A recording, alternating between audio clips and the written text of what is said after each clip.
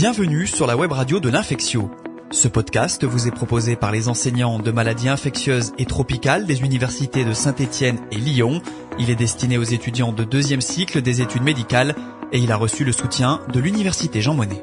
Bonjour à tous et bienvenue dans ce nouveau podcast. Aujourd'hui, nous continuons de parler des infections ostéo-articulaires avec un item dédié aux spondylodycites. Professeur Florent Valour, bonjour. Bonjour Anthony, bonjour à tous. Qu'entend-on par spondylodycite ? Alors une spondylodycite, c'est une infection ostéo-articulaire qui est localisée au rachis. Le mécanisme principal de survenue est hématogène avec l'ensemencement du disque par les artères vertébrales, d'où le terme de dicite, et une extension secondaire aux plateaux vertébraux sus et sous-jacents, donnant la spondylodycite. Les vertèbres lombaires sont plus fréquemment touchées dans 80% des cas. Les atteintes isolées du corps vertébral, qu'on appelle une spondylite, sont beaucoup plus rares et elles sont principalement observées dans la tuberculose rachidienne ou mal de Potte, pour lequel un épisode de podcast dédié sera réalisé. Et quels sont les germes responsables ? Vu le mécanisme hématogène largement prédominant, les germes responsables sont ceux le plus souvent retrouvés dans les bactériémies, avec une prédominance du staphylocoque doré impliqué dans presque la moitié des cas. On retrouve également les streptocoques et les entérobactéries, chacun responsable pour un peu plus de 10% des cas. Et quand penser à ce diagnostic ? Alors il faut penser à la spondylodycite devant tout syndrome rachidien qui associe des douleurs d'horaire inflammatoires, une raideur et une contracture des muscles paravertébraux, et ce d'autant si le patient présente de la fièvre. Il ne faut pas oublier que seuls 50 à 60% des patients sont fébriles et l'absence de fièvre ne doit donc pas faire éliminer le diagnostic. Les autres drapeaux rouges devant une lombalgie sont l'âge supérieur à 55 ans, les douleurs de type inflammatoire, l'usage de drogue par voie intraveineuse et bien sûr associé à une bactériémie ou un syndrome inflammatoire biologique. Donc en cas de suspicion de spondylodycite, un examen neurologique complet doit être réalisé à la recherche de complications et répété quotidiennement, puisque le risque principal, ce sont ces complications neurologiques. Et il ne faut bien sûr pas oublier la recherche de signes d'endocardite et la recherche d'une porte d'entrée. Et quel bilan faut-il programmer ? Alors sur le plan morphologique, l'examen de référence, c'est vraiment l'IRM. Elle doit être demandée en urgence en cas de complications neurologiques ou dans les 72 heures si l'examen neurologique est normal. On va rechercher des arguments pour le diagnostic positif avec un hyposignal en pondération T1 centré sur le disque avec une atteinte en miroir des vertèbres sus et sous-jacentes qui va être rehaussée par l'injection de gadolinium et en hypersignal T2. Mais l'IRM est également essentiel pour la recherche des complications neurologiques comme les épidurites, les abcès des parties molles prévertébrales. Le diagnostic de spondylodycite est très peu probable si l'IRM est normal après 4 jours d'évolution des symptômes.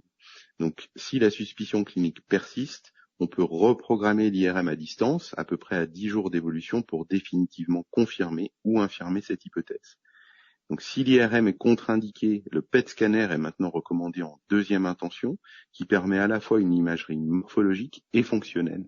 Et en dernier recours, un scanner injecté peut être proposé avec une performance diagnostique beaucoup moindre puisque les signes scanographiques vont arriver beaucoup plus tardivement. Il ne faut pas oublier dans tout ça le bilan de la porte d'entrée selon le germe en cause et la recherche d'une endocardite infectieuse qui est associée dans 5 à 20% des cas. Donc une échographie cardiaque transthoracique doit être proposée en cas de suspicion clinique d'endocardite, mais également en cas de spondylodycite à staphylocoque, streptocoque ou entérocoque. Et sur le plan microbiologique ? Alors pour le diagnostic étiologique, les hémocultures sont le premier examen à demander puisque le mécanisme est principalement hématogène. Donc au moins 2 paires d'hémocultures doivent être réalisées et sont positives dans 75% des cas. En cas d'hémoculture négative, il faut programmer une ponction biopsie disco-vertébrale et prélever les sérologies des germes intracellulaires qui incluent la Coxiella, Brucella et Trophirema wiplei dans les cas non documentés. Et comment prend-on en charge une telle infection ? Alors en cas de complications neurologiques, il faut impérativement prendre un avis neurochirurgical en urgence pour envisager une chirurgie de décompression. Dans le cas contraire, le traitement est essentiellement médical et en l'absence de sepsis ou de complications neurologiques, il n'est pas recommandé de débuter une antibiothérapie probabiliste et donc d'attendre la documentation pour débuter un traitement d'emblée ciblé. La nature de l'antibiothérapie dépend bien sûr du pathogène impliqué et elle est généralement débutée par voie parentérale pendant 7 à 14 jours pour traiter la bactériémie et on fait ensuite un relais Péros pour une durée totale de 6 semaines. Il n'est généralement pas nécessaire de contrôler l'IRM en fin de traitement, car les anomalies de signal peuvent persister longtemps, même si l'infection est guérie. Et des radiographies simples ou un scanner sont parfois réalisés pour le suivi de la stabilité rachidienne. En dehors des atteintes cervicales, où le port d'un corset rigide est recommandé, le décubitus dorsal initial et le port d'un corset n'est plus recommandé de manière systématique, en l'absence de douleur ou d'instabilité rachidienne radiologique. Et là aussi, les neurochirurgiens peuvent nous aider pour juger de la nécessité d'immobilisation ou d'une éventuelle indication de stabilisation chirurgicale du rachis à distance. Merci beaucoup, professeur Florent Valour. Merci à vous, bonne journée à tous. Il nous reste encore un item à évoquer concernant les infections ostéo-articulaires, celle sur matériel. Ce sera l'objet du prochain podcast.